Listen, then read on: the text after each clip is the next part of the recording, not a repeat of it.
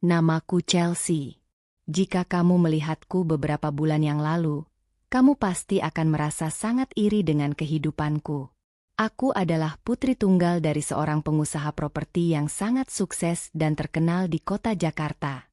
Ayahku bernama Bapak Baskoro. Kami berdua tinggal di sebuah rumah yang sangat besar dan megah di kawasan perumahan elit Pondok Indah. Hidupku benar-benar sangat nyaman dan terjamin. Aku memiliki banyak sekali barang mewah. Mulai dari mobil pribadi keluaran terbaru, puluhan tas bermerek dari luar negeri, hingga pakaian-pakaian mahal yang harganya bisa mencapai puluhan juta rupiah untuk satu potong baju. Semenjak ibuku meninggal dunia saat aku masih remaja, ayahku memberikan semua perhatian dan kasih sayangnya hanya untukku. Ayah selalu bekerja keras setiap hari dari pagi hingga malam hanya untuk memastikan aku mendapatkan kehidupan yang terbaik. Ayah selalu mengabulkan apapun yang aku minta. Jika aku meminta liburan ke luar negeri, keesokan harinya ayah langsung membelikan tiket pesawat. Jika aku bosan dengan mobilku, ayah akan segera menggantinya dengan mobil yang baru. Puncak dari kebahagiaan itu adalah saat perayaan ulang tahunku yang ke-25. Ayah menyewa sebuah ballroom di Hotel Bintang 5 di pusat kota Jakarta. Pesta itu sangat meriah dan dihadiri oleh ratusan orang penting. Di hadapan semua tamu, ayah memberikan hadiah sebuah kalung berlian yang sangat mahal. Ayah memelukku dan berkata bahwa aku adalah satu-satunya alasan ayah terus hidup dan bekerja keras. Namun semua kesempurnaan dan kenyamanan hidupku mulai hancur secara perlahan semenjak aku bertemu dengan seorang pria bernama Randy. Aku pertama kali bertemu dengan Randy di sebuah acara pameran seni di daerah Kemang, Jakarta Selatan. Saat itu Randy terlihat sangat berbeda dari kebanyakan pria yang biasa aku temui. Penampilannya sangat sederhana. Dia hanya memakai kemeja biasa dan celana bahan yang sudah agak pudar warnanya. Sikapnya sangat sopan, ramah, dan tutur katanya sangat lembut. Awalnya kami hanya mengobrol tentang lukisan, namun obrolan kami berlanjut hingga bertukar nomor telepon. Sejak hari itu, kami menjadi sangat sering berkomunikasi. Randy selalu memberikan perhatian penuh kepadaku. Dia sering menjemputku, membawakanku makanan hangat saat aku sedang lelah, dan selalu mau mendengarkan semua keluh kesahku. Perhatian kecil yang terus-menerus itu membuat hatiku luluh. Aku jatuh cinta kepadanya. Sejak awal aku memperkenalkan Randy kepada ayahku, ayah sudah menunjukkan sikap tidak suka. Ayahku adalah seorang pengusaha yang sudah bertemu dengan banyak karakter orang. Jadi ayah memiliki insting yang sangat kuat. Suatu malam, saat kami sedang makan malam bersama di rumah, ayah meletakkan sendoknya dan menatapku dengan wajah yang sangat serius. Ayah berkata dengan nada suara yang tegas namun menyimpan kekhawatiran. "Chelsea, ayah sama sekali tidak menyukai laki-laki itu. Ayah sudah menyuruh orang kepercayaan ayah untuk mencari tahu semua latar belakang keluarga dan pekerjaan Randy. Dia bukan pria yang baik untukmu. Dia tidak punya pekerjaan tetap, dan dia punya banyak masalah keuangan di luar sana. Ayah yakin dia hanya mengincar hartamu saja. Tolong dengarkan ayah. Jauhi dia sekarang juga sebelum semuanya terlambat." Mendengar ucapan ayah malam itu, darahku langsung mendidih.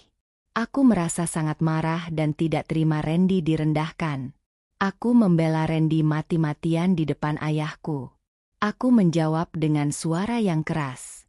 Ayah selalu saja curiga dan berprasangka buruk terhadap orang lain. Randy itu pria yang sangat tulus. Dia mencintaiku apa adanya. Selama ini dia tidak pernah meminta uang sepeser pun dariku. Kenapa ayah selalu mengukur nilai seseorang hanya dari uang dan status sosialnya saja? Aku sudah dewasa dan aku berhak memilih jalan hidupku sendiri. Pertengkaran hebat pun terjadi di ruang makan. Aku langsung berdiri dari kursi, meninggalkan ayah yang sedang emosi, dan berlari masuk ke dalam kamarku. Aku membanting pintu kamar dengan keras. Di dalam kamar, aku menangis di atas kasur. Aku merasa ayah terlalu mengatur hidupku dan tidak mengerti perasaanku sama sekali. Di saat aku sedang menangis terseduh-seduh, ibu tiriku yang bernama Helena masuk ke dalam kamarku. Ayahku menikah dengan Helena sekitar 5 tahun yang lalu. Selama ini Helena selalu menampilkan wajah yang sangat baik dan bersikap manis di depanku. Helena duduk di pinggir kasur, membelai rambutku dengan lembut, dan mencoba menenangkanku. Helena berkata dengan nada suara yang sangat halus. "Sudah Chelsea, kamu jangan menangis terus-menerus. Ayahmu memang orang yang sangat keras kepala dan selalu ingin menang sendiri. Tapi kamu jangan khawatir, ibu sangat mengerti perasaanmu saat ini. Kalau kamu memang sangat yakin bahwa Randy adalah pria yang baik dan bisa membahagiakanmu, maka pertahankan saja hubungan kalian. Biar nanti ibu yang akan mencoba berbicara pelan-pelan dengan ayahmu supaya ayahmu mau menerima Randy. Kamu tenang saja. Ibu akan selalu mendukung semua keputusanmu." Ucapan manis dari Helena malam itu membuatku merasa sangat tenang dan mendapat dukungan besar. Aku sama sekali tidak menyadari bahwa itu adalah sebuah jebakan. Aku tidak tahu bahwa ucapan lembut Helena adalah awal mula dari hancurnya hidupku. Aku sangat bodoh karena mempercayai wajah palsu Helena. Bulan berganti bulan, hubunganku dengan Randy semakin dekat dan serius. Randy mulai sering menceritakan berbagai macam kesulitan hidupnya kepadaku. Suatu hari dia datang kepadaku dengan wajah yang sangat sedih. Dia bercerita bahwa dia sedang merintis sebuah usaha kecil, namun dia sangat kekurangan modal. Tanpa berpikir panjang sedikit pun, aku langsung memberikan uang tabungan pribadiku kepadanya. Jumlahnya tidak main-main, mencapai ratusan juta rupiah. Saat menerima uang itu, Randy mengeluarkan air mata buaya. Dia menangis dan berjanji akan segera mengembalikan uangku setelah usahanya berhasil. Dia menggenggam kedua tanganku dengan sangat erat dan berkata, "Chelsea, kamu adalah wanita paling baik yang pernah hadir dalam hidupku. Aku berjanji atas nama Allah, aku akan bekerja keras untuk membahagiakanmu selamanya." Aku percaya pada setiap kata-katanya. Sekitar 3 bulan setelah kejadian itu, Randy datang ke rumahku di Pondok Indah saat ayahku sedang pergi mengurus bisnis ke luar kota. Randy membawa sebuah tas kerja yang berisi banyak sekali tumpukan dokumen. Wajahnya terlihat sangat panik, napasnya terburu-buru, dan kemejanya basah oleh keringat. Randy langsung memegang tanganku dan berkata, "Chelsea, tolong aku sekarang juga. Ini adalah dokumen-dokumen perizinan yang sangat penting untuk proyek bisnis terbesarku. Aku sangat membutuhkan tanda tanganmu sebagai penjamin agar pihak investor mau mencairkan dana proyek ini. Tolong bantu aku. Ini adalah satu-satunya kesempatan terbesarku untuk bisa sukses dan membuktikan kepada ayahmu bahwa aku pantas bersamamu." Aku melihat tumpukan kertas itu dengan perasaan ragu. Dokumen itu sangat tebal. Tulisannya sangat banyak dan kecil-kecil. Aku sama sekali tidak mengerti urusan bisnis atau hukum. Aku bertanya kepada Randy, apakah dokumen ini benar-benar aman untuk aku tanda tangani? Randy menatap mataku dalam-dalam dengan tatapan memelas. Dia meyakinkanku dan berkata, "Tentu saja ini sangat aman sayang. Ini hanya sekadar formalitas saja di atas kertas. Percayalah padaku." Apakah kamu sama sekali tidak percaya kepada calon suamimu sendiri? Karena rasa cintaku yang sudah sangat buta dan dorongan agar Randy bisa diterima oleh ayahku, aku akhirnya mengambil pena. Tanpa membaca satu lembar pun isi dari kertas-kertas itu, aku menandatangani puluhan halaman dokumen tersebut.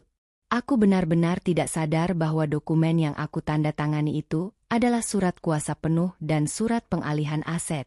Aku telah memberikan hak mutlak kepada Randy untuk mengelola, menjual, dan memindahkan semua aset, tanah, serta saham milik perusahaan ayahku. Malam itu, aku telah menyerahkan nyawa keluargaku ke tangan seorang penjahat yang berkedok kekasih. Setelah hari penandatanganan itu, sikap Randy berubah drastis. Dia menjadi sangat sulit dihubungi. Setiap kali aku meneleponnya, panggilanku selalu dialihkan. Jika aku mengirim pesan, dia baru membalas keesokan harinya dengan alasan yang sangat singkat bahwa dia sedang sibuk mengurus proyek. Aku mulai merasa ada sesuatu yang janggal, namun aku selalu membohongi diriku sendiri. Aku terus berpikir positif bahwa Randy memang sedang sibuk bekerja untuk masa depan kami. Hingga tibalah hari yang paling mengerikan dalam hidupku. Ayahku pulang dari kantor lebih awal dari biasanya. Saat turun dari mobil, wajah ayah terlihat sangat pucat dan tubuhnya gemetar hebat. Ayah berjalan cepat masuk ke dalam rumah dan langsung berteriak memanggil namaku dengan suara yang sangat keras. Aku segera berlari turun dari lantai 2 menuju ruang kerja ayah. Saat aku masuk ke dalam ruangan, ayah langsung melempar sebuah map berwarna merah ke arah mejanya hingga barang-barang di atas meja berjatuhan. Ayah menatapku dengan mata yang memerah penuh dengan amarah dan kekecewaan. Ayah berteriak dengan napas yang memburu. "Chelsea, kesalahan fatal apa yang sudah kamu perbuat? Kamu menandatangani surat pengalihan seluruh aset berharga milik perusahaan kita kepada laki-laki penipu itu. Sekarang semua saham, sertifikat tanah, dan uang di rekening perusahaan sudah dikuras habis dan berpindah tangan atas nama Randy. Kita benar-benar bangkrut. Kita sudah kehilangan semuanya." Tubuhku langsung kaku. Mulutku terkunci. Aku mengambil map merah itu dengan tangan yang gemetar hebat. Aku melihat tanda tanganku sendiri tertera dengan sangat jelas di atas materai. Keringat dingin langsung mengucur deras membasahi wajah dan leherku. Aku mencoba membuka mulut untuk menjelaskan bahwa Randy membohongiku, bahwa dia bilang dokumen ini hanya untuk jaminan proyek biasa. Namun sebelum aku sempat berbicara, ayah tiba-tiba memegangi dada sebelah kirinya dengan sangat kuat. Wajah ayah berubah menjadi kebiruan. Ayah merintih kesakitan sambil menggigit bibirnya. Napas ayah menjadi sangat pendek dan tersengal-sengal. Ayah kehilangan keseimbangan, lalu terjatuh dari kursinya dan ambruk di lantai ruang kerja. Aku langsung berteriak dengan sangat histeris memanggil ayah. Helena yang mendengar teriakanku langsung berlari masuk ke dalam ruang kerja. Kami berdua sangat panik dan segera mengangkat ayah masuk ke dalam mobil. Sopir keluarga kami langsung mengemudikan mobil dengan kecepatan penuh membelah jalanan kota Jakarta menuju rumah sakit terdekat. Sesampainya di rumah sakit, tim dokter langsung membawa ayah masuk ke dalam ruang ICU. Dokter mengatakan bahwa ayah terkena serangan jantung akut yang sangat parah akibat syok berat. Kondisi ayah sangat kritis dan harus segera dilakukan tindakan operasi penyelamatan. Petugas administrasi rumah sakit memintaku untuk segera membayar biaya uang muka operasi yang jumlahnya mencapai puluhan juta rupiah. Aku langsung berlari menuju mesin anjungan tunai mandiri yang ada di lobi rumah sakit untuk menarik uang dari rekening pribadiku. Betapa terkejut dan hancurnya aku saat layar mesin menampilkan pesan bahwa saldoku kosong. Aku segera menelepon pihak bank, dan petugas bank menjelaskan bahwa seluruh saldo di dalam rekeningku sudah ditarik habis. Rekening utama milik ayah juga sudah dibekukan secara total karena perusahaan tiba-tiba menanggung beban hutang yang sangat besar. Aku kembali ke depan ruang ICU dengan tubuh yang sangat lemas. Aku duduk di lantai lorong rumah sakit sambil menangis sejadi-jadinya. Alhamdulillah saat itu ada sedikit uang tunai di dompetku. Tapi jumlahnya sama sekali tidak cukup untuk biaya operasi. Aku mengambil ponselku dan menelepon nomor Randy berulang kali hingga puluhan kali. Namun nomornya sudah tidak aktif sama sekali. Aku mengirimkan ratusan pesan meminta pertanggungjawaban, tapi tidak ada satupun yang terkirim. Pria yang selama ini aku bela di hadapan ayahku, pria yang aku berikan seluruh kepercayaanku, kini telah pergi menghilang membawa seluruh harta benda keluargaku. Di tengah tangisanku yang sangat menyayat hati, Helena berjalan menghampiriku. Wajah Helena yang biasanya selalu tersenyum manis kini berubah total. Tatapan matanya sangat dingin, tajam, dan penuh dengan kebencian. Dia melipat tangannya di depan dada dan menatapku dengan tatapan merendahkan. Helena berkata dengan suara yang sangat sinis kepadaku, "Coba kamu lihat hasil perbuatanmu sekarang, Chelsea. Gara-gara kebodohanmu yang buta karena cinta, ayahmu sekarang sekarat di dalam sana. Kamu benar-benar anak pembawa sial di dalam keluarga ini." Aku menatap wajah Helena dengan rasa tidak percaya. Aku bertanya dalam hati, kenapa ibu tiriku tiba-tiba berubah menjadi sangat jahat?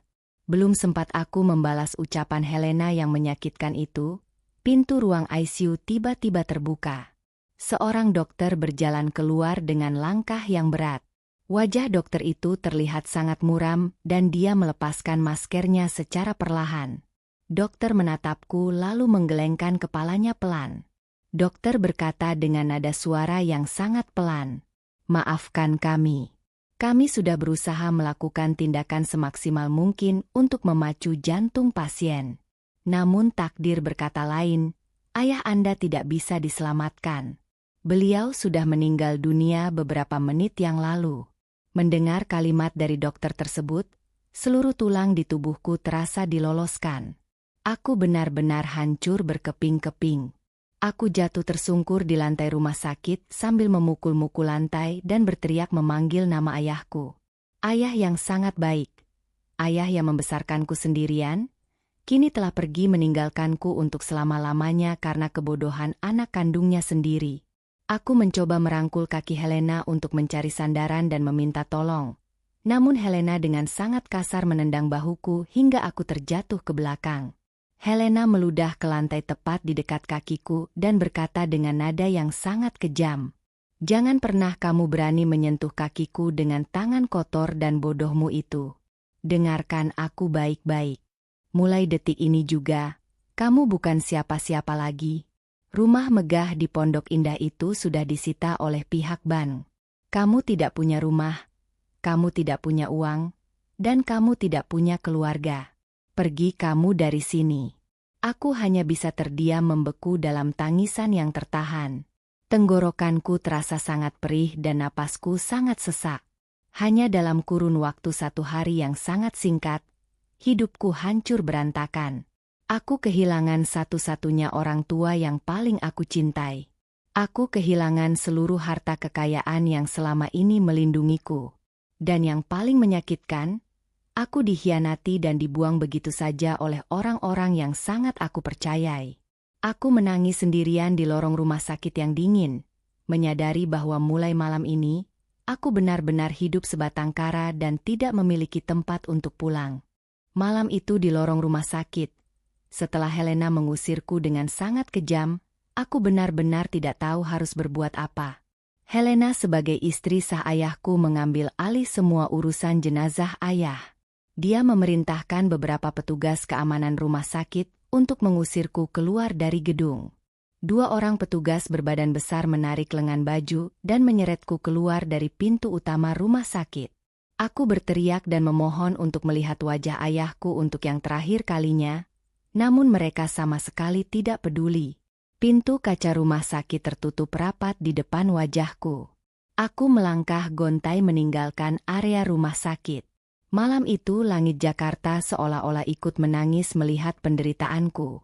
Hujan turun dengan sangat lebat, disertai suara petir yang saling menyambar. Aku terus berjalan menembus hujan tanpa arah tujuan. Gaun sutra mahal yang aku pakai basah kuyup dan menempel di tubuhku. Sepatu hak tinggi yang aku kenakan membuat kakiku lecet berdarah, sehingga aku terpaksa melepaskannya dan berjalan tanpa alas kaki di atas aspal jalanan yang kasar dan dingin. Aku berjalan dari kawasan Pondok Indah terus ke arah utara hingga kakiku membawaku sampai ke daerah terminal Blok M. Di sanalah malam pertamaku sebagai seorang gelandangan dimulai.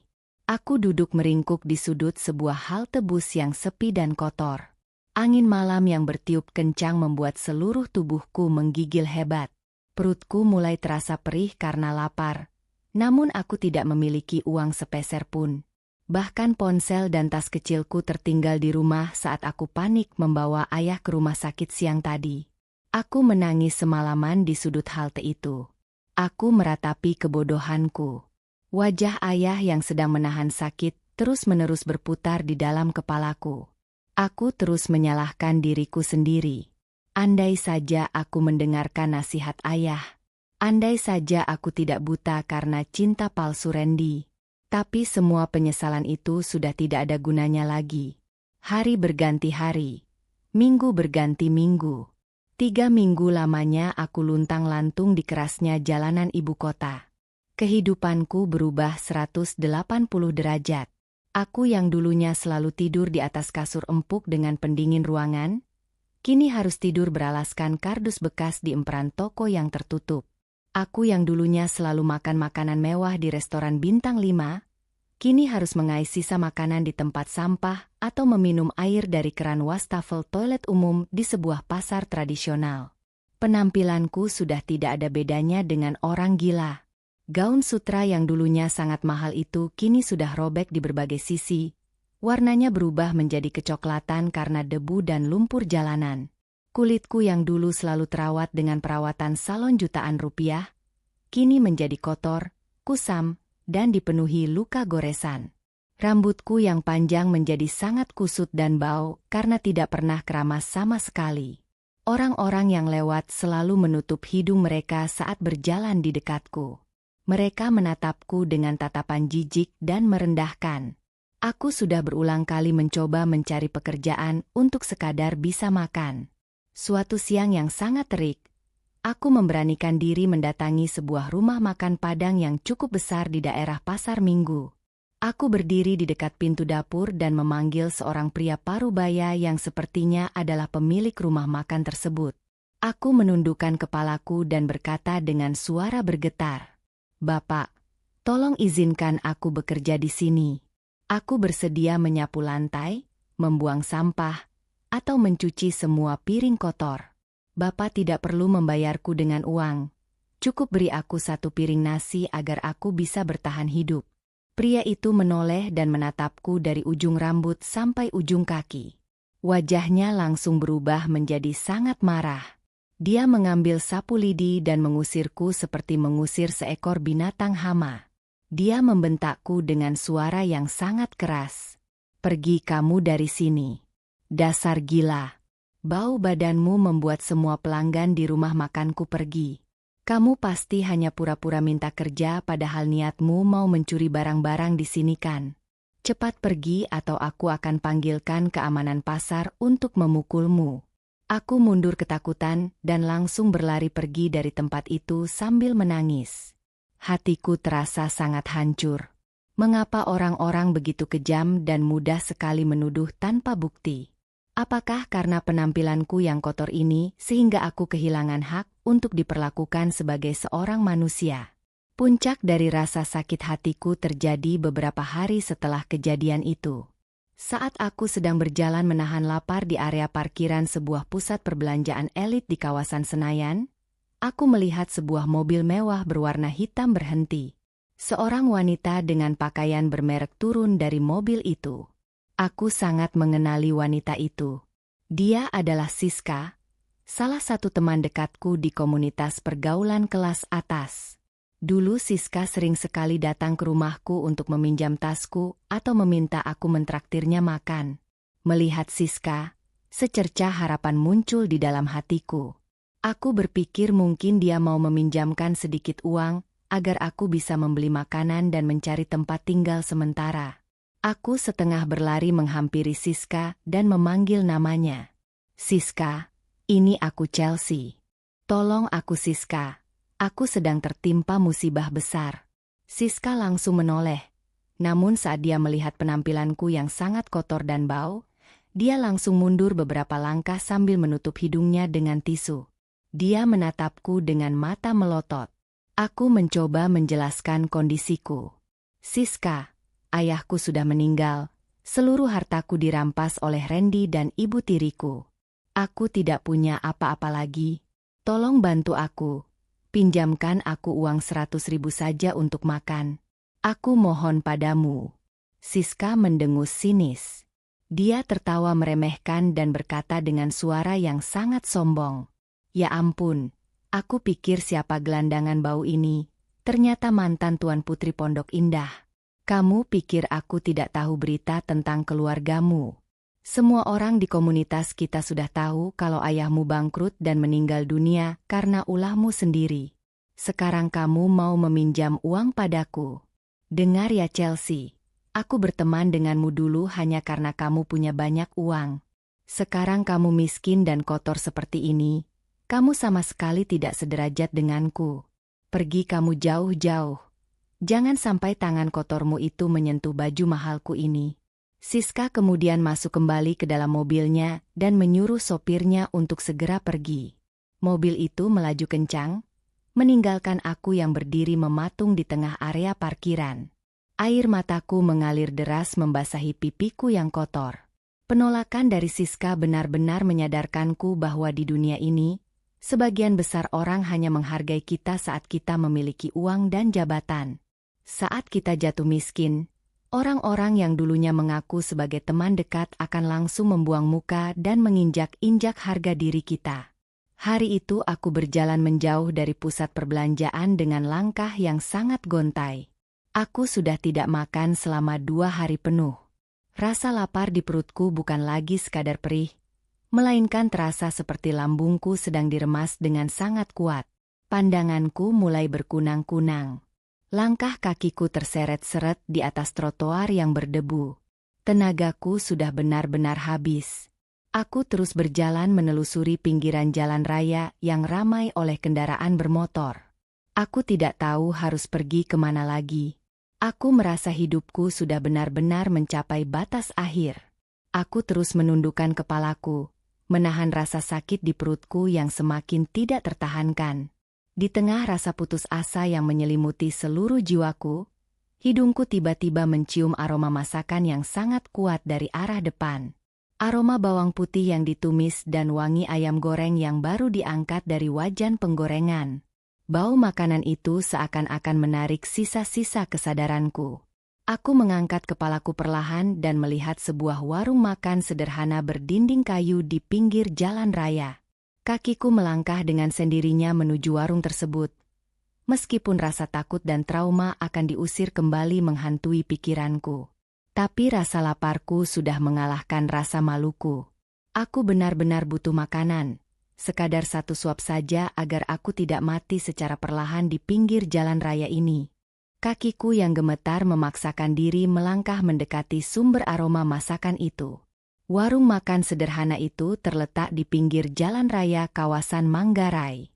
Warung itu tidak terlalu besar, hanya terbuat dari kayu dengan spanduk kain bertuliskan menu makanan yang sudah mulai pudar warnanya. Di dalam warung itu terlihat beberapa pria sedang duduk makan sambil mengobrol santai. Ada sopir angkutan kota, tukang ojek, dan beberapa pekerja bangunan. Aku berdiri tepat di depan etalase kaca yang memajang berbagai macam lauk pauk. Ada ayam goreng, telur balado, sayur nangka, dan tempe orek. Mataku menatap nanar ke arah tumpukan nasi putih yang masih mengepulkan asap panas. Air liurku menetes tanpa bisa kutahan. Perutku yang sudah 2 hari tidak diisi makanan apapun berbunyi dengan sangat keras. Aku memegangi perutku sambil menahan rasa sakit yang luar biasa. Aku mencoba mengumpulkan sisa-sisa keberanian dan harga diriku yang sudah hancur. Aku melangkah pelan masuk ke dalam warung. Kehadiranku langsung membuat suasana warung menjadi hening. Beberapa pembeli yang sedang makan langsung menutup hidung mereka dan menatapku dengan tatapan jijik. Pemilik warung, seorang ibu parubaya yang sedang mengelap meja, langsung menghentikan pekerjaannya. Ibu itu menatapku dengan mata melotot dan mengibaskan kain lap kotornya ke arahku. Ibu pemilik warung itu membentakku dengan suara yang sangat keras. "Heh, orang gila, keluar kamu dari warungku. Jangan berdiri di situ. Nanti semua pelanggan di warungku kabur karena mencium bau badanmu yang menyengat itu. Cepat pergi sana." Mendengar bentakan itu, nyaliku langsung ciut. Aku mundur 1 langkah, namun rasa lapar yang menyiksa membuatku bertahan. Aku menjatuhkan diriku ke lantai warung yang agak kotor. Aku berlutut di hadapan ibu pemilik warung itu. Air mataku menetes deras membasahi pipiku. Aku memohon dengan suara yang sangat parau dan bergetar. "Ibu, tolong aku, Bu. Aku sangat lapar. Aku belum makan selama 2 hari. Aku tidak punya uang sama sekali. Tolong berikan aku sebungkus nasi. Nasi sisa bekas pelanggan atau lauk sisa yang sudah basi pun tidak apa-apa, Bu." Yang penting aku bisa mengisi perutku agar aku tidak mati kelaparan di jalan. Tolong kasihanilah aku, Bu. Namun ibu pemilik warung itu sama sekali tidak peduli. Dia malah berjalan mendekatiku dan mendorong bahuku dengan kasar. Dia berteriak semakin kencang. Aku bilang pergi ya pergi. Warungku ini tempat usaha, bukan panti sosial. Kalau kamu mau minta makan, sana pergi ke tempat pembuangan sampah. Jangan mengganggu orang yang sedang mencari nafkah di sini. Keluar kamu. Ibu itu terus mendorong tubuhku hingga aku hampir terjatuh ke jalan aspal. Orang-orang yang sedang makan di warung itu hanya menonton tanpa melakukan apa-apa. Beberapa dari mereka bahkan menertawakan penampilanku yang menyedihkan. Aku merasa duniaku benar-benar sudah kiamat. Di saat aku pasrah dan bersiap untuk berbalik pergi dengan perut yang kosong, tiba-tiba sebuah suara pria terdengar dari arah belakangku. Tunggu sebentar, Bu. Jangan usir wanita ini. Aku menoleh ke belakang dengan perlahan. Di sana berdiri seorang pria berpakaian sangat sederhana. Pria itu mengenakan kaos oblong berwarna hitam polos yang lengannya sedikit digulung, celana jeans panjang yang sudah agak pudar, dan sepasang sepatu kets biasa. Dia baru saja turun dari sebuah sepeda motor tua keluaran tahun lama yang diparkir tepat di depan warung. Pria itu melepaskan helmnya, menampakkan wajah yang tenang dengan tatapan mata yang sangat teduh. Pria itu berjalan melangkah melewatiku dan mendekati meja etalase kaca. Dia merogoh saku celananya dan mengeluarkan selembar uang berwarna biru bernilai Rp50.000. Dia meletakkan uang itu di atas meja kaca dan menatap wajah ibu pemilik warung dengan sopan namun tegas. Pria itu berkata dengan tenang, "Bu, tolong jangan kasar kepada orang yang sedang kesusahan. Tolong buatkan satu porsi nasi bungkus yang paling lengkap untuk wanita ini. Pakai ayam goreng, sayur, telur, dan lauk apa saja yang paling enak di warungmu ini. Sekalian tolong berikan dia satu botol air minum mineral yang masih baru. Biar aku yang membayar semuanya. Kembaliannya ambil saja untuk tambahan rezeki ibu hari ini." Ibu pemilik warung itu langsung terdiam. Sikapnya seketika berubah saat melihat lembaran uang di atas meja. Dia langsung mengangguk cepat dan dengan cekatan mengambil kertas bungkus nasi. Pria itu kemudian menoleh ke arahku. Dia berjalan mendekatiku yang masih terduduk lemas di lantai warung. Pria itu berjongkok di hadapanku agar posisi wajahnya sejajar denganku. Anehnya, dia sama sekali tidak menutup hidungnya saat berada di dekatku. Dia tidak terlihat jijik sedikit pun melihat pakaianku yang robek dan berdebu. Pria itu menatap mataku dalam-dalam. Tatapannya begitu hangat dan tulus, membuat hatiku yang sedingin es perlahan terasa menghangat. Dia mengulurkan tangannya dan membantuku berdiri dari lantai. Dia membawaku duduk di salah satu kursi kayu kosong yang ada di sudut warung. "Namaku Arga," kata pria itu sambil tersenyum tipis. "Kamu duduk saja di sini dulu. Sebentar lagi makananmu siap. Kamu jangan menangis lagi. Hari ini kamu tidak akan kelaparan." Aku menatap wajah Arga dengan perasaan yang campur aduk. Ada rasa tidak percaya, haru, dan malu yang menjadi satu. Air mataku semakin deras mengalir. Aku ingin mengucapkan terima kasih, namun tenggorokanku terasa terkunci karena menahan isak tangis. Tidak lama kemudian, ibu pemilik warung datang membawa sebungkus nasi yang sangat besar dan panas, beserta sebotol air mineral. Arga mengambil bungkusan nasi itu, membukanya, dan meletakkannya di atas meja tepat di depanku. Aroma sedap dari nasi putih panas, ayam goreng bumbu kuning, dan sayur nangka langsung menyeruak masuk ke hidungku. Arga menyodorkan sebuah sendok bersih ke arahku. "Makanlah pelan-pelan," kata Arga dengan suara yang sangat lembut. "Jangan terburu-buru, nanti kamu bisa tersedak. Minum airnya dulu sedikit supaya perutmu lebih nyaman." Aku mengangguk pelan. Tangan kananku yang gemetar meraih sendok itu. Aku menyendok nasi beserta kuah sayur dan memasukkannya ke dalam mulutku. Demi Allah, itu adalah suapan makanan paling nikmat yang pernah aku rasakan seumur hidupku. Makanan sederhana di warung pinggir jalan ini terasa jauh lebih lezat dibandingkan dengan semua hidangan daging mahal di restoran bintang 5 yang dulu sering aku makan. Aku makan dengan sangat lahap, memasukkan suapan demi suapan ke dalam mulutku sambil terus menangis terisak. Air mataku jatuh menetes ke atas bungkusan nasi itu, namun aku tidak peduli. Arga hanya duduk diam di depanku. Dia menemaniku makan tanpa banyak bertanya. Dia membiarkan aku menghabiskan makananku dengan tenang.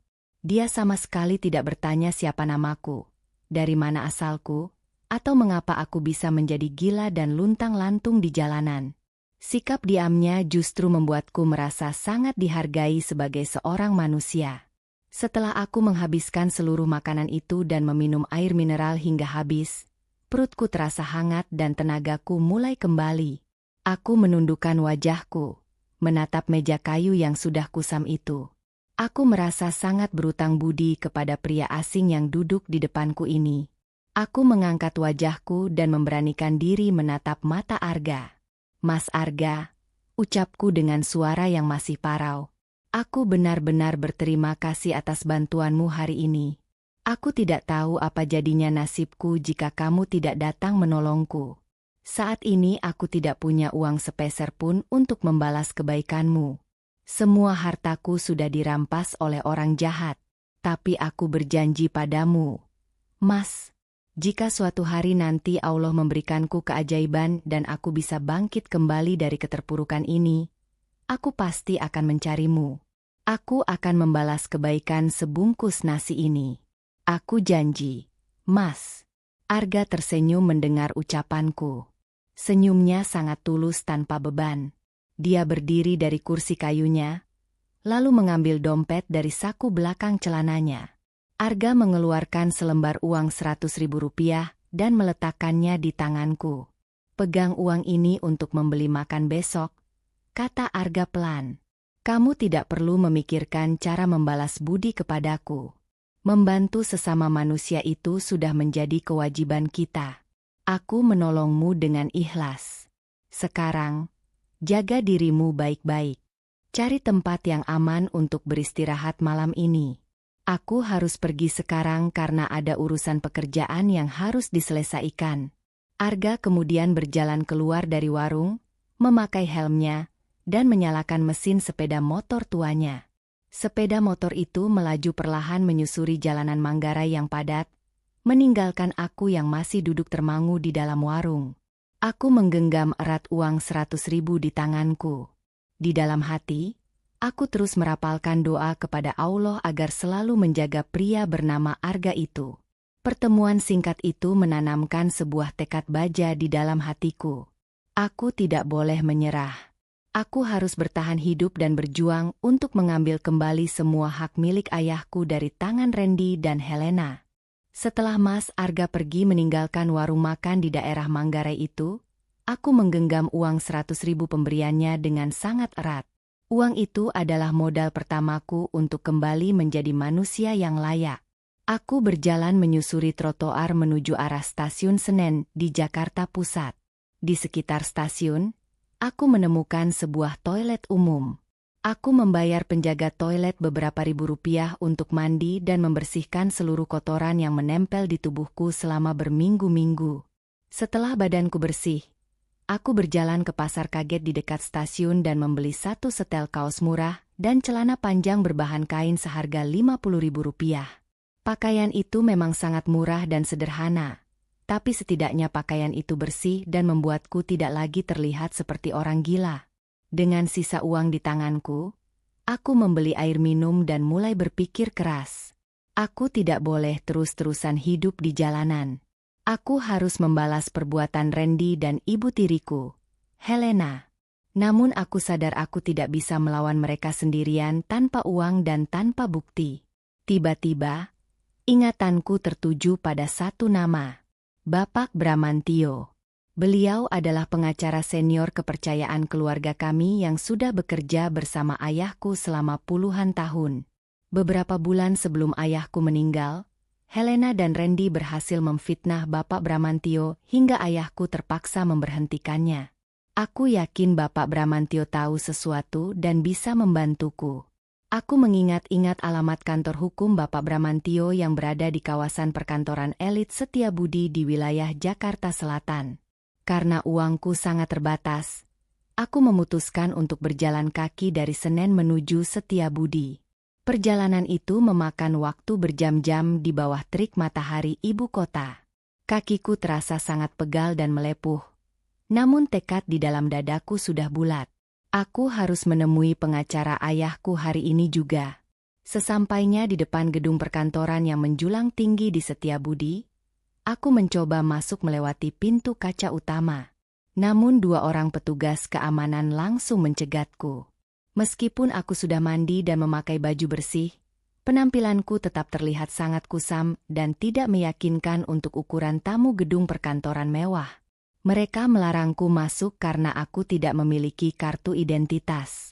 Aku mencoba menjelaskan bahwa aku ingin bertemu dengan Bapak Bramantio, namun mereka mengira aku hanya peminta-minta yang mencari alasan untuk meminta uang. Akhirnya, aku terpaksa mengalah dan berdiri menunggu di trotoar seberang jalan, tepat di depan pintu keluar parkir gedung tersebut. Aku berdiri berjam-jam menahan panas, debu, dan asap knalpot kendaraan. Matahari mulai terbenam dan jam pulang kantor pun tiba. Ratusan mobil mulai keluar dari ruang bawah tanah gedung tersebut. Mataku mengawasi setiap mobil yang keluar dengan sangat teliti. Hingga akhirnya, aku melihat sebuah mobil sedan berwarna perak melaju pelan keluar dari loket parkir. Kaca jendela mobil di bagian kursi belakang kebetulan sedang terbuka setengah. Di dalam sana, aku melihat wajah Bapak Bramantio yang sedang membaca sebuah dokumen. Tanpa memedulikan keselamatan diriku sendiri, aku langsung berlari menyeberang jalan raya yang sedang padat merayap. Beberapa pengemudi membunyikan klakson dan memakiku, namun aku terus berlari. Aku menghampiri mobil sedan perak itu dan menggedor kaca pintunya dengan tangan kosong. "Bapak Bram, tolong buka pintunya." "Pak, ini aku, Chelsea, anak dari Bapak Baskoro." Mendengar teriakan dan gedoran di kaca mobilnya, Bapak Bramantio terkejut. Sopir pribadinya langsung menghentikan mobil. Bapak Bramantio menekan tombol untuk membuka kaca jendela sepenuhnya. Beliau menatap wajahku dengan dahi berkerut. Awalnya beliau tidak mengenaliku karena wajahku yang kurus, rambutku yang dipotong pendek berantakan, dan kulitku yang gelap terbakar matahari. Namun saat beliau menatap mataku, raut wajahnya langsung berubah drastis. Matanya membelalak kaget. Bapak Bramantio langsung membuka pintu mobil dan keluar. Beliau menatapku dari atas sampai bawah dengan tatapan tidak percaya. "Astaga, Chelsea, apakah ini benar-benar dirimu? Ya Allah, apa yang terjadi padamu, Nak? Kenapa kondisimu bisa sangat memprihatinkan seperti ini? Di mana kamu tinggal selama ini? Aku sudah menyuruh puluhan orang untuk mencarimu ke seluruh penjuru Jakarta sejak ayahmu meninggal dunia." Mendengar ucapan Bapak Bramantio, pertahananku langsung runtuh. Aku menangis sejadi-jadinya di pinggir jalan raya Setiabudi itu. Bapak Bramantio tidak peduli dengan tatapan orang-orang yang lewat. Beliau langsung menyuruhku masuk ke dalam mobilnya dan memerintahkan sopirnya untuk segera melaju menuju rumah pribadinya di kawasan Menteng. Sesampainya di rumah Bapak Bramantio, istrinya menyambutku dengan sangat hangat. Mereka memberikanku kamar tamu untuk beristirahat, pakaian yang jauh lebih layak, dan makan malam yang sangat enak. Setelah aku merasa jauh lebih tenang, aku duduk di ruang kerja Bapak Bramantio. Aku menceritakan semua kejadian mengerikan yang menimpaku. Mulai dari kebodohanku menandatangani dokumen pengalihan aset, ayahku yang terkena serangan jantung hingga meninggal dunia, sampai perlakuan kejam Helena dan Randy yang mengusirku ke jalanan tanpa membawa uang sepeser pun. Bapak Bramantio mendengarkan semua ceritaku dengan wajah yang merah pada menahan marah. Beliau menggebrak meja kerjanya dengan keras. Keparat sungguh laki-laki bernama Randy itu. Dan Helena, perempuan itu benar-benar sudah merencanakan ini semua sejak lama. "Chelsea, Kamu harus tahu bahwa alasan aku diberhentikan oleh ayahmu dulu adalah karena aku menemukan bukti bahwa Helena diam-diam sering memindahkan dana perusahaan ke rekening pribadi Randy. Saat aku mau melaporkan hal itu kepada ayahmu, mereka berdua menjebakku dengan tuduhan penggelapan uang perusahaan sehingga ayahmu marah dan memecatku. Aku terkesiap mendengar fakta itu. Ternyata hubungan Helena dan Randy bukan sekadar ibu tiri dan calon menantu. Mereka adalah rekan kejahatan yang sudah merencanakan kehancuran keluargaku secara matang dari awal. Aku tertunduk lesu. Semuanya sudah terlambat. Pak, sekarang mereka sudah menguasai seluruh harta ayah. Aku sudah tidak punya apa-apa lagi untuk melawan mereka. Aku hanyalah seorang gelandangan sekarang. Bapak Bramantio tiba-tiba berdiri dari kursinya. Beliau berjalan mendekati sebuah brankas besi besar yang tertanam di dinding ruang kerjanya. Beliau memutar kode kombinasi rahasia dan membuka pintu brankas tersebut. Bapak Bramantio mengambil sebuah map kulit berwarna coklat tebal dan meletakkannya di atas meja tepat di depanku. Beliau menatapku dengan sorot mata yang tajam dan penuh keyakinan. Kamu salah besar, Chelsea. Kamu bukanlah gelandangan. Kamu tetaplah seorang putri miliarder pewaris tunggal kekayaan Bapak Baskoro. Helena dan Randy memang sangat licik, tapi mereka kalah cerdas dari ayahmu. Aku menatap map coklat itu dengan bingung. Apa maksud Bapak? Bukankah semua dokumen aset sudah berpindah nama ke tangan Randy saat aku menandatanganinya? Bapak Bramantio tersenyum tipis. Dokumen yang kamu tanda tangani itu memang sah untuk aset perusahaan yang ada di dalam negeri. Tapi jauh sebelum ayahmu meninggal, tepatnya saat aku masih menjadi pengacara resminya, ayahmu sudah mencium gelagat buruk dari Helena. Ayahmu sadar bahwa Helena sangat mengincar hartanya. Karena itu, ayahmu diam-diam mencairkan setengah dari seluruh kekayaan pribadinya dan memindahkannya ke dalam bentuk saham di luar negeri dan simpanan emas batangan di sebuah bank internasional. Bapak Bramantio membuka map tersebut dan memperlihatkan dokumen-dokumen yang bertuliskan namaku. Tidak hanya itu, lanjut Bapak Bramantio. Ayahmu juga membeli berhektar-hektar lahan komersial yang sangat strategis di pusat kota atas namamu sejak kamu masih berusia 20 tahun. Lahan itu tidak pernah dimasukkan ke dalam aset perusahaan induk. Jadi dokumen palsu yang dibuat Randy sama sekali tidak bisa menyentuh aset ini. Surat wasiat sah yang dititipkan ayahmu kepadaku menetapkan bahwa seluruh aset rahasia ini baru bisa dicairkan dan dikuasai secara penuh olehmu saat kamu datang menemuiku secara langsung. Tanganku bergetar hebat saat menyentuh lembaran kertas berharga di dalam map itu. Aku melihat total nilai aset yang tertera di sana. Jumlahnya sangat fantastis, mencapai ratusan miliar rupiah. Air mataku kembali menetes. Kali ini bukan karena kesedihan, melainkan karena rasa haru yang luar biasa terhadap kasih sayang ayahku. Ayah yang selalu aku lawan, ayah yang selalu aku marahi demi membela laki-laki penipu, ternyata diam-diam telah mempersiapkan benteng perlindungan yang sangat kuat untuk masa depanku. Bapak Bramantio menepuk pundakku pelan. Malam ini, istirahatlah yang cukup. Besok pagi-pagi sekali, kita akan pergi ke bank untuk mengurus proses pencairan semua asetmu. Sudah saatnya kita membuat Randy dan Helena membayar lunas semua penderitaan yang telah mereka berikan padamu.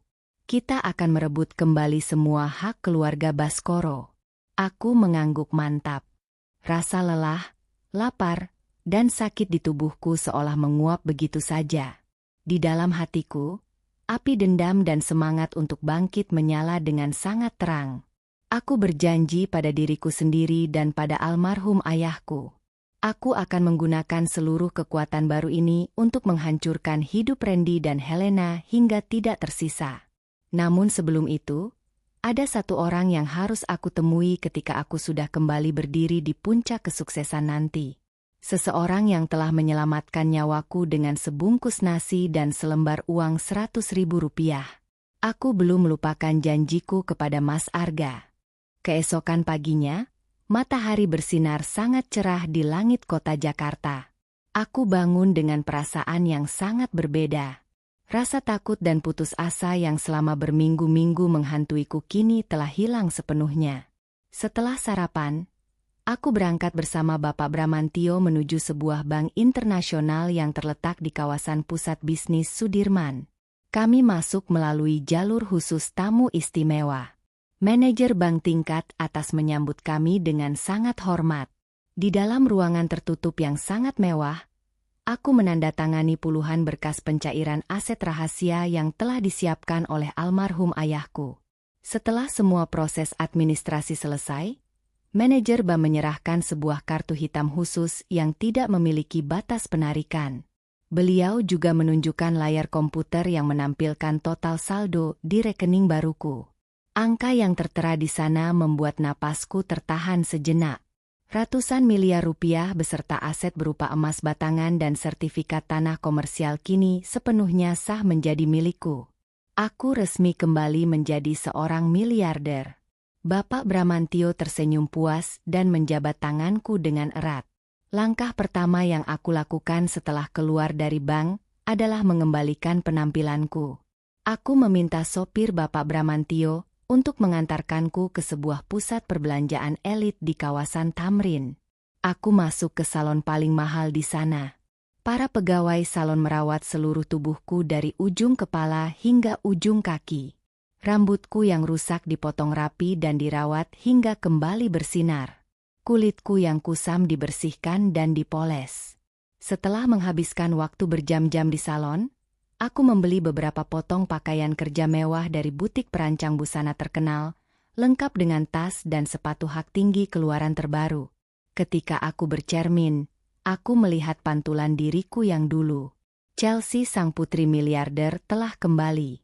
Namun kali ini, sorot mataku jauh lebih tajam dan mentalku sudah sekuat baja karena kerasnya jalanan ibu kota. Setelah urusan penampilanku selesai, aku kembali ke kantor Bapak Bramantio untuk menyusun rencana menghancurkan Randy dan Helena. Bapak Bramantio telah mengumpulkan semua data keuangan perusahaan Randy. Ternyata, sejak Randy dan Helena mengambil alih perusahaan ayahku, mereka tidak bisa mengelolanya dengan baik. Gaya hidup mereka yang sangat boros dan ketidakmampuan Randy dalam berbisnis membuat perusahaan menumpuk hutang yang sangat besar dalam waktu singkat. Randy diam-diam telah menggadaikan rumah ayahku di Pondok Indah kepada pihak ketiga untuk menutupi hutang-hutangnya.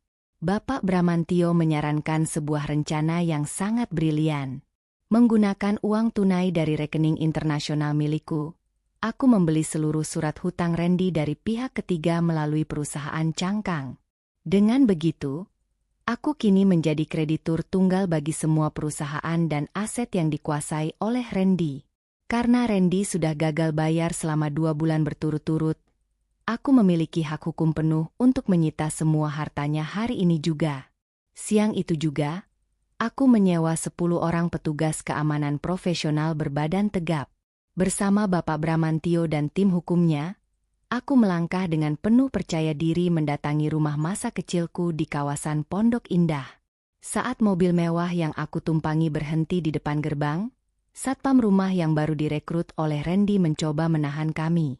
Namun petugas keamananku langsung menyingkirkan satpam itu dan membuka gerbang lebar-lebar.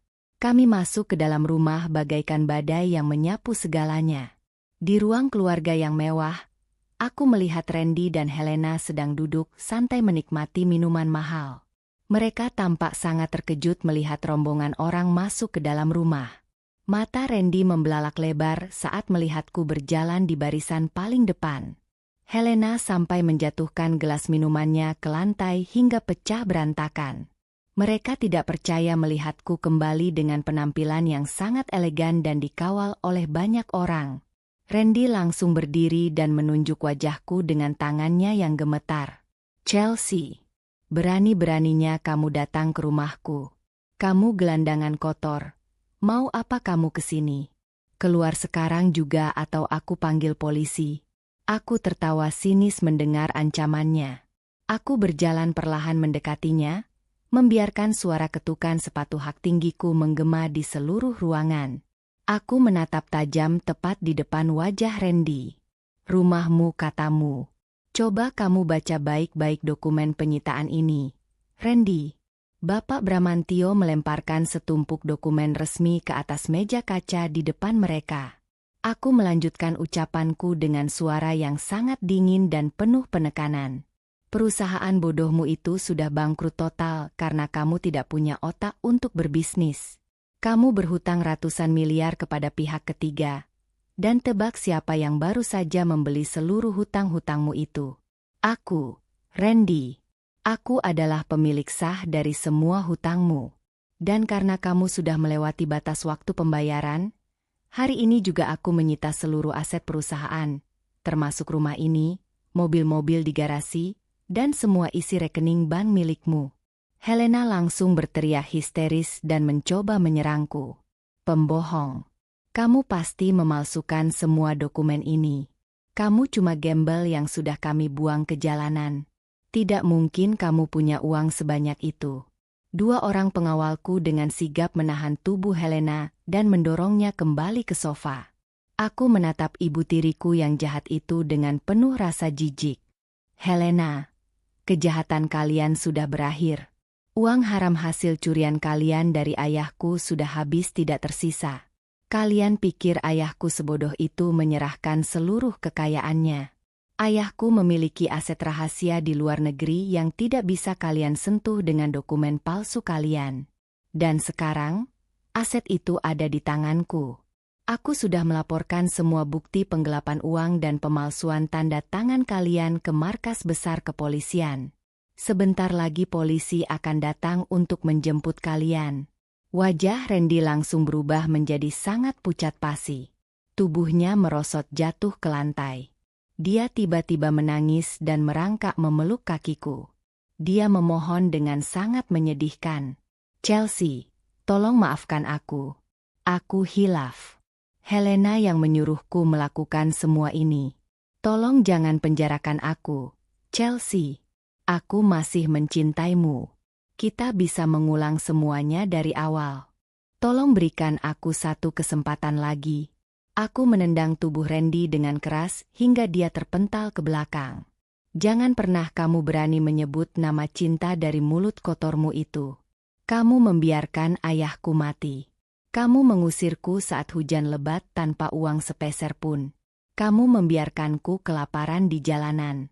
Apakah itu yang kamu sebut cinta? Sekarang rasakan sendiri akibat dari perbuatan jahat kalian. Aku memerintahkan para pengawalku untuk menyeret Randy dan Helena keluar dari rumah itu saat itu juga. Mereka berdua menangis, menjerit, dan meronta-ronta. Namun pengawalku tidak peduli. Mereka diseret paksa dan dilemparkan keluar gerbang rumah. Semua pakaian mahal dan perhiasan yang melekat di tubuh Helena dilucuti oleh pengawalku karena itu semua dibeli menggunakan uang hasil sitaan. Mereka berdua diusir hanya dengan pakaian yang menempel di badan, persis seperti apa yang mereka lakukan kepadaku beberapa bulan yang lalu. Tidak berselang lama, mobil polisi datang dengan sirine yang menyala-nyala. Polisi memborgol tangan Randy dan Helena, lalu memasukkan mereka ke dalam mobil tahanan atas tuduhan penipuan kelas kakap dan penggelapan aset miliaran rupiah. Aku berdiri di depan pintu rumah sambil melihat mobil polisi itu pergi menjauh. Hatiku terasa sangat lega. Keadilan untuk almarhum ayahku akhirnya ditegakkan. Dendamku sudah terbayar lunas. Namun di tengah rasa puas itu, hatiku masih merasa ada sesuatu yang kosong. Aku sudah mendapatkan kembali duniaku. Namun ada janji yang belum aku penuhi. Keesokan harinya, aku mengendarai mobil mewah baruku sendirian. Aku mengarahkan kemudi menuju daerah Manggarai. Jantungku berdebar sangat kencang. Aku mencari warung makan kayu di pinggir jalan raya itu. Saat mobilku yang bernilai miliaran rupiah berhenti tepat di depan warung yang kumuh itu, semua mata orang di sekitar langsung tertuju padaku. Aku turun dari mobil mengenakan pakaian kerja yang sangat elegan dan kacamata hitam. Aku melangkah masuk ke dalam warung. Ibu pemilik warung yang dulu mengusirku sedang sibuk menggoreng ayam. Saat dia melihatku masuk, matanya terbelalak kagum melihat penampilanku yang sangat mewah. Dia langsung membersihkan meja dengan tergesa-gesa dan menyapaku dengan nada suara yang sangat ramah dan sopan. "Mari silakan duduk Nyonya. Nyonya mau pesan makanan apa? Kami punya ayam goreng yang paling enak di daerah sini." Aku membuka kacamata hitamku dan menatap wajah ibu itu. Ibu masih ingat denganku. Aku adalah wanita gila bau yang ibu usir sebulan yang lalu. Wanita yang ibu dorong sampai hampir jatuh ke jalanan karena meminta sebungkus nasi sisa. Mendengar ucapanku, wajah ibu itu seketika menjadi pucat. Tangannya yang memegang spatula gemetar hebat. Dia langsung mengenali wajahku dan mundur ketakutan hingga menabrak rak piring. Dia terus membungkukkan badannya meminta maaf berulang kali kepadaku. Aku tidak mempedulikan permintaan maafnya. Aku datang ke sini bukan untuk membalas dendam kepada ibu pemilik warung. Aku langsung bertanya pada intinya. Di mana pria yang waktu itu menolongku? Pria berbaju hitam yang mengendarai motor tua. Dia membayarkan sebungkus nasi untukku hari itu. Apakah ibu mengenalnya? Tolong beritahu aku di mana aku bisa menemukan pria bernama Mas Arga itu. Ibu warung itu menjawab dengan suara bergetar dan gagap. "Maksud Nyonya Mas Arga?" "Oh, saya kenal Nyonya. Dia sebenarnya bukan orang biasa. Dia adalah bos besar pemborong proyek pembangunan gedung perkantoran yang ada di ujung jalan ini. Dia memang orang kaya yang aneh, Nyonya. Dia selalu pakai motor butut dan makan di warung pinggir jalan. Kantor pusatnya ada di daerah Kebayoran Baru. Kemarin salah satu anak buahnya tidak sengaja menyebutkan nama perusahaan konstruksinya. Aku mencatat nama perusahaan yang disebutkan oleh ibu warung tersebut. Hatiku bersorak penuh harap. Tanpa membuang waktu satu detik pun, aku langsung kembali ke mobilku dan memacu kendaraanku membelah kemacetan kota Jakarta menuju Kebayoran Baru. Aku bertekad untuk menemui pahlawanku hari ini juga. Sebungkus nasi yang dia berikan tidak akan pernah bisa aku lupakan seumur hidupku. Sepanjang perjalanan menuju Kebayoran Baru, pikiranku terus membayangkan wajah teduh Mas Arga. Pria yang sama sekali tidak merasa jijik saat menyentuh tanganku yang kotor dan berdebu. Pria yang membelikanku makanan terbaik saat dunia membuangku ke tempat sampah. Aku menyadari bahwa cinta sejati bukanlah cinta yang datang saat aku sedang berada di atas tumpukan harta, seperti yang ditunjukkan oleh Randy. Cinta sejati, atau setidaknya ketulusan hati manusia yang paling murni, adalah ketika seseorang bersedia mengulurkan tangannya saat kita sedang berada di titik paling rendah dan hancur. Gedung perusahaan milik Mas Arga berdiri kokoh di kawasan bisnis yang sangat strategis. Dari luar saja sudah terlihat bahwa perusahaannya bukan perusahaan kecil sembarangan. Aku memarkirkan mobilku di halaman gedung.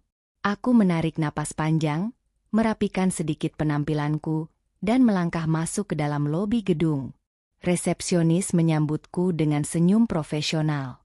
Aku menyebutkan namaku dan meminta jadwal pertemuan dadakan dengan direktur utama mereka. Saat resepsionis bertanya mengenai tujuan kedatanganku, aku hanya menjawab bahwa aku membawa sebuah proposal kerja sama bisnis dengan nilai investasi yang sangat besar. Aku yakin, hari ini hidupku dan hidup Mas Arga akan berubah untuk selamanya. Aku siap membayar hutang budiku dengan cara yang tidak akan pernah dia duga. Aku duduk di ruang tunggu lobi dengan perasaan yang sangat berdebar. Tanganku menggenggam erat sebuah map tebal berisi proposal proyek pembangunan kawasan komersial raksasa di atas tanah milikku. Namun bukan hanya proposal itu yang aku bawa. Aku membawa seluruh hati dan kehidupanku untuk kuserahkan kepadanya. Resepsionis yang tadinya menelepon ke lantai atas kini menatapku dan memberikan isyarat bahwa Bapak Arga bersedia menerima kedatanganku di ruang kerjanya. Aku berdiri dari sofa empuk itu. Langkah kakiku terasa sangat ringan namun mantap. Pintu lift terbuka dan membawaku naik menuju lantai paling atas. Setiap detik berlalu terasa seperti 1 jam di dalam pikiranku. Aku sudah tidak sabar melihat bagaimana reaksi wajahnya saat melihat wanita gila yang dia tolong di warung pinggir jalan kini berdiri di hadapannya sebagai seorang putri miliarder. Pintu lift berbahan besi mengkilap itu terbuka dengan suara yang sangat halus di lantai 20 gedung perkantoran kawasan Kebayoran Baru. Aku melangkah keluar dengan sangat percaya diri. Suara ketukan sepatu hak tinggiku beradu dengan lantai marmer yang sangat bersih. Seorang asisten pribadi pria menyambutku dengan ramah dan mengantarkanku menuju sebuah pintu kayu besar bertuliskan ruang direktur utama. Asisten itu mengetuk pintu pelan dan membukanya untukku. Saat aku melangkah masuk ke dalam ruangan yang sangat luas dan memiliki jendela kaca besar menghadap pemandangan kota Jakarta itu, jantungku kembali berdebar. Di balik meja kerja kayu jati yang sangat besar, duduklah seorang pria yang sedang sibuk meneliti tumpukan kertas denah bangunan. Pria itu adalah Mas Arga. Penampilannya hari ini tentu saja berbeda dengan saat pertama kali kami bertemu di warung makan Manggarai. Dia tidak lagi memakai kaos oblong hitam yang lusuh. Hari ini dia memakai kemeja kerja berwarna biru tua yang lengannya digulung rapi sampai ke siku. Namun wajah tenang dan sorot matanya yang teduh sama sekali tidak berubah. Mas Arga mengangkat wajahnya saat mendengar suara langkah kakiku. Dia menatapku dengan sopan, lalu berdiri dari kursinya. Dia mengulurkan tangannya ke arahku dan tersenyum ramah secara profesional. Mas Arga sama sekali tidak mengenaliku. Tentu saja dia tidak akan mengenaliku. Dulu aku datang kepadanya dalam keadaan tubuh penuh kotoran debu jalanan, rambut pendek berantakan seperti sapu ijuk, dan bau badan yang sangat menyengat. Sekarang, wanita yang berdiri di depannya adalah seorang miliarder dengan pakaian kerja rancangan desainer ternama, riasan wajah yang sangat rapi, dan aroma parfum mahal dari luar negeri. "Selamat siang Nyonya," ucap Mas Arga dengan suaranya yang berat dan tenang. "Silakan duduk." Resepsionis saya di bawah mengatakan bahwa Nyonya membawa sebuah penawaran kerja sama bisnis yang sangat penting. Jika boleh saya tahu, dengan Nyonya siapa saya berbicara saat ini? Aku menyambut uluran tangannya. Tangannya terasa hangat dan kokoh. Aku duduk di kursi kulit di seberang mejanya. Aku menatap matanya dalam-dalam, mencoba menahan air mata haru yang mulai berkumpul di pelupuk mataku. Aku menarik napas perlahan untuk menenangkan suaraku yang hampir bergetar. "Namaku Chelsea, Mas Arga. Aku datang ke sini mewakili perusahaanku sendiri." Aku meletakkan map tebal berisi proposal proyek di atas mejanya dan mendorongnya perlahan ke arah Mas Arga. "Silakan kamu buka dan pelajari dulu proposal itu.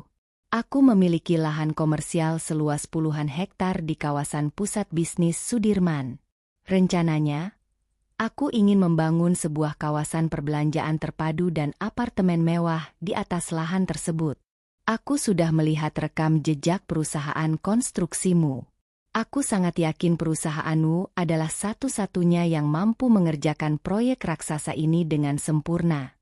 Mas Arga tampak sedikit terkejut mendengar lokasi lahan dan rencana proyek yang aku sebutkan. Dia mengambil map itu dan mulai membaca halaman demi halaman dengan sangat teliti. Alisnya berkerut serius. Semakin lama dia membaca, wajahnya semakin menunjukkan rasa tidak percaya. Dia kemudian menutup map itu dan meletakkannya kembali ke atas meja. Dia menatapku dengan tatapan menyelidik. "Maafkan saya Nyonya Chelsea. Proposal ini sangat luar biasa. Nilai investasi proyek ini mencapai triliunan rupiah. Ini adalah proyek konstruksi terbesar yang pernah saya lihat tahun ini.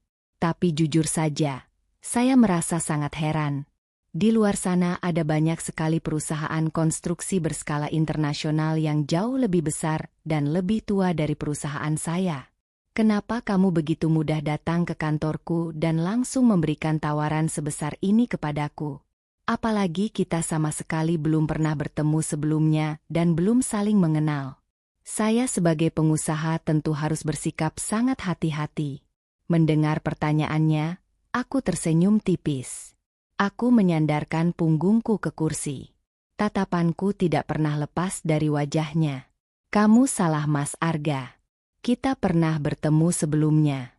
Dan alasan aku memberikan proyek triliunan rupiah ini kepada perusahaanmu adalah karena kamu pernah menanamkan modal investasi yang jauh lebih besar dari ini kepadaku. Sebuah modal yang menyelamatkan nyawaku. Mas Arga mengerutkan dahinya. Wajahnya terlihat sangat kebingungan. Dia mencoba mengingat-ingat sesuatu, namun sepertinya dia gagal. Maaf Nyonya Chelsea, saya benar-benar tidak mengerti arah pembicaraan ini. Kapan tepatnya saya pernah memberikan modal padamu? Seingat saya tidak pernah memberikan pinjaman atau investasi kepada pengusaha wanita manapun. Aku mencondongkan tubuhku ke depan, menopang daguku dengan kedua tangan di atas mejanya. Suaraku kini mulai bergetar karena emosi yang tidak bisa lagi aku tahan. Apakah kamu ingat kejadian 1 bulan yang lalu di sebuah warung makan kayu di pinggir jalan raya kawasan Manggarai? Saat itu hujan baru saja reda. Kamu datang mengendarai sepeda motor tuamu. Di dalam warung itu, ada seorang wanita gelandangan yang sangat kotor, berbau busuk, dan memakai baju robek. Wanita gila itu sedang berlutut menangis memohon sebungkus nasi sisa kepada ibu pemilik warung karena dia belum makan selama 2 hari. Wanita itu hampir diusir ke jalanan, sampai akhirnya kamu datang. Kamu membayarkan uang Rp50.000. Kamu membelikan nasi bungkus dengan lauk paling lengkap untuk wanita itu. Kamu juga memberikannya selembar uang Rp100.000 agar dia bisa makan keesokan harinya. Mata Mas Arga perlahan membelalak. Mulutnya sedikit terbuka. Dia menatap wajahku dengan saksama. Matanya bergerak menyusuri fitur wajahku, mencari kesamaan antara miliarder rapi di depannya dengan gelandangan kotor di ingatannya. Aku melanjutkan ucapanku sambil membiarkan 1 tetes air mata jatuh membasahi pipiku. Mas Arga, wanita gelandangan yang mengemis nasi sisa itu adalah aku. Akulah wanita yang kamu tolong hari itu. Mas Arga langsung berdiri dari kursinya karena sangat terkejut. Ya Allah, apakah itu benar-benar dirimu? Bagaimana mungkin kamu bisa berubah menjadi seperti ini dalam waktu yang sangat singkat? Aku sama sekali tidak menyangka. Mas Arga terlihat sangat kehabisan kata-kata. Dia berjalan memutari mejanya dan berdiri tidak jauh dariku. Aku juga ikut berdiri menghadapnya. Aku mengusap air mataku dengan punggung tanganku dan menatapnya dengan penuh rasa syukur. Ceritanya sangat panjang Mas Arga. Intinya, aku adalah korban penipuan dari calon suamiku sendiri dan ibu tiriku. Mereka merampas semua harta peninggalan ayahku dan mengusirku ke jalanan tanpa sisa sedikit pun. Aku hidup menggelandang selama berminggu-minggu sampai akhirnya aku bertemu denganmu di warung itu.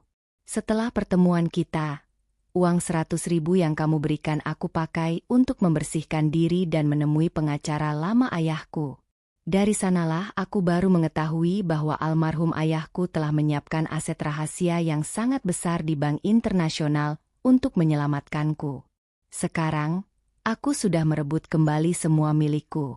Orang-orang yang menghancurkan hidupku sudah berada di dalam penjara. Aku melangkah maju 1 langkah mendekati Mas Arga. Aku menatap matanya yang masih dipenuhi rasa tidak percaya. Ingatkah kamu dengan janjiku saat di warung itu, Mas? Aku berjanji padamu, jika Allah memberikanku keajaiban dan aku bisa bangkit kembali, aku pasti akan mencarimu untuk membalas kebaikanmu. Hari ini aku datang untuk menepati janji itu. Proyek triliunan rupiah yang ada di atas mejamu itu adalah milikmu sekarang. Kamu bebas mengelolanya. Itu adalah bentuk rasa terima kasihku karena kamu tidak memandangku rendah saat aku berada di titik paling hina. Mas Arga menggelengkan kepalanya pelan. Wajahnya yang tadinya terkejut, kini berubah menjadi sangat serius. Dia mundur selangkah dan menatapku dengan tegas. Chelsea, dengarkan aku. Aku sangat bersyukur mendengar kamu sudah kembali mendapatkan HU dan hidupmu sudah jauh lebih baik. Tapi aku tidak bisa menerima proyek sebesar ini hanya karena alasan balas budi. Aku menolongmu hari itu murni karena kewajiban sesama manusia. Aku ikhlas memberikan nasi itu. Jika kamu memberikan proyek bisnis ini murni karena kasihan atau hanya ingin membayar sebungkus nasi, maka aku harus menolaknya dengan tegas. Harga diriku sebagai laki-laki dan pengusaha tidak mengizinkan aku menerima pemberian semacam ini. Mendengar penolakan tegas dari Mas Arga, aku tidak merasa marah atau tersinggung. Sebaliknya, rasa kagum di dalam dadaku semakin membesar. Pria ini benar-benar berbeda dari laki-laki gila harta seperti Randy. Mas Arga memiliki prinsip hidup yang sangat kuat dan jujur. Dia tidak silau oleh uang triliunan rupiah yang sudah ada di depan matanya. Aku tersenyum sangat manis ke arahnya. Aku tahu kamu pasti akan menjawab seperti itu, Mas Arga. Itulah sebabnya, proyek ini bukanlah bayaran utama dariku. Aku punya satu rencana lain. Sebuah bayaran yang tidak bisa diukur dengan uang sebanyak apapun di dunia ini. Dan aku berharap, kamu tidak akan menolaknya. Aku meraih tangan kanan Mas Arga. Dia tidak menepisnya, meskipun terlihat sedikit gugup. Aku menatap langsung ke dalam bola matanya, bersiap untuk mengucapkan sesuatu yang akan mengubah hidup kami berdua untuk selamanya. Sesuatu yang sangat besar dan akan mengikat kami dalam sebuah takdir yang tidak pernah kami bayangkan sebelumnya. Aku menggenggam tangan Mas Arga dengan kedua tanganku. Tangan kasar yang dulu membelikanku sebungkus nasi saat dunia menolakku. Aku menatap lurus ke dalam mata teduhnya. Di dalam ruangan kerjanya yang luas di kawasan Kebayoran Baru itu, waktu terasa berhenti berdetak. Mas Arga tampak sedikit gugup melihat tindakanku. Namun dia tidak menarik tangannya dari genggamanku. Mas Arga, ucapku dengan suara yang sangat pelan namun tegas. Aku tahu kamu adalah pria yang sangat mandiri dan memiliki prinsip hidup yang teguh. Uang triliunan rupiah tidak akan pernah bisa menyilaukan matamu. Tapi kamu harus mengerti, tujuanku datang kemari bukan hanya untuk urusan proyek semata. Jika kamu menolak proyek itu sebagai bentuk balas budi, maka aku akan menawarkan sebuah bayaran yang lain. Bayaran yang jauh lebih berharga dari sekadar uang kertas atau puluhan kontrak bisnis. Mas Arga mengerutkan keningnya. Apa maksudmu, Chelsea? Bayaran seperti apa yang kamu bicarakan ini? Air mataku perlahan mengalir turun membasahi pipiku. Namun kali ini bukan air mata kesedihan atau keputusasaan. Ini adalah air mata kebahagiaan dan kepastian. Mas, di saat aku berada di titik paling hancur, di saat semua orang yang dulu mengaku mencintaiku justru membuangku ke jalanan, kamu datang membawa ketulusan yang sesungguhnya. Kamu sama sekali tidak mengenalku. Kamu tidak tahu latar belakang keluargaku. Penampilanku saat itu sangat menjijikkan dan kotor. Tapi kamu memperlakukanku selayaknya seorang manusia yang bermartabat. Sebungkus nasi dari tanganmu adalah nyawa penyambung hidup bagiku. Ketulusan hatimu adalah hal yang paling langka dan paling mahal di seluruh dunia ini. Aku menarik napas panjang untuk mengendalikan getaran di dadaku. Karena uang sebanyak apapun tidak akan pernah cukup untuk membayar ketulusan hatimu. Maka aku ingin membayar sebungkus nasi itu dengan menyerahkan seluruh hidup, hati, dan diriku seutuhnya kepadamu. Jika kamu tidak keberatan menerima wanita yang pernah hancur dan bodoh ini, aku ingin menjadi istrimu seumur hidup, Mas Arga. Aku ingin menghabiskan sisa usiaku untuk mengabdi kepadamu, memasakkan makanan hangat untukmu setiap hari, dan mendampingi setiap langkahmu baik dalam suka maupun duka. Maukah kamu menjadi suamiku dan membimbingku ke jalan Allah? Mas Arga terdiam membeku. Matanya membelalak lebar mendengar tawaranku yang sangat tiba-tiba dan mungkin terdengar tidak masuk akal bagi kebanyakan orang. Seorang wanita miliarder yang baru saja merebut kembali seluruh kekayaannya, datang ke kantornya, dan secara langsung memintanya untuk menjadi suami. Ruangan kerja itu menjadi sangat hening selama beberapa menit. Hanya terdengar suara embusan napas kami berdua. Mas Arga perlahan melepaskan genggaman tanganku. Jantungku sempat berdegup sangat kencang karena ketakutan. Takut jika dia akan menolakku mentah-mentah dan menganggapku tidak waras. Namun ternyata, Mas Arga mengangkat tangan kanannya untuk mengusap air mata di pipiku dengan sentuhan yang sangat lembut. Senyum teduh yang dulu aku lihat di warung makan Manggarai kini kembali menghiasi wajahnya. "Chelsea," kata Mas Arga dengan nada suara yang sangat tenang dan dalam. "Pernikahan bukanlah sebuah transaksi bisnis. Pernikahan juga sama sekali bukan alat untuk membayar hutang budi di masa lalu. Menikah adalah ibadah seumur hidup yang membutuhkan tanggung jawab dan pengorbanan yang sangat besar. Aku ini hanyalah laki-laki biasa. Aku memang memiliki perusahaan, tapi total kekayaanku tidak ada apa-apanya jika dibandingkan dengan seluruh asetmu. Aku lebih suka makan di pinggir jalan dan memakai sepeda motor tua kemana-mana. Apakah kamu benar-benar yakin bisa hidup berdampingan selamanya dengan laki-laki yang sangat sederhana sepertiku?" Aku mengangguk dengan sangat cepat dan mantap. Aku sudah merasakan bagaimana rasanya hidup bergelimang harta dengan pria yang salah, dan itu berakhir dengan penderitaan serta kehancuran total keluargaku. Aku juga sudah merasakan kerasnya tidur di aspal jalanan tanpa uang sepeser pun. Semua pengalaman buruk itu sudah menyadarkan diriku sepenuhnya. "Mas, harta benda bisa dicari dan bisa hilang musnah dalam sekejap mata. Tapi laki-laki yang memiliki hati nurani, kejujuran, dan ketulusan sepertimu, mungkin hanya ada satu dari jutaan orang di dunia ini. Aku sangat yakin dengan keputusanku. Aku sama sekali tidak mencari harta darimu.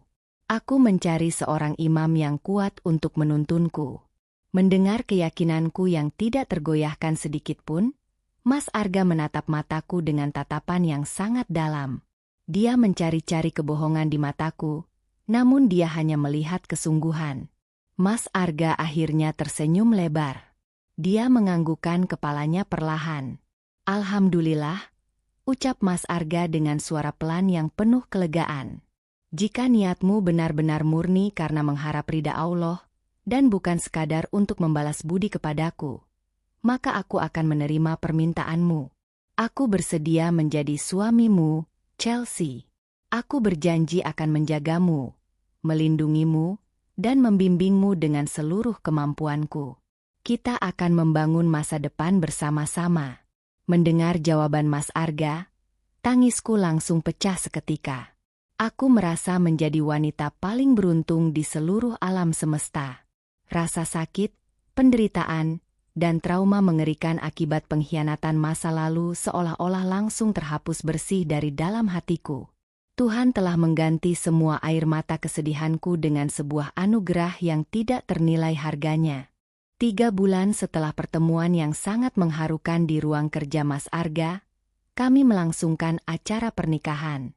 Kami sepakat untuk mengadakan acara yang elegan namun tidak berlebihan, karena Mas Arga tetaplah pria yang menyukai kesederhanaan.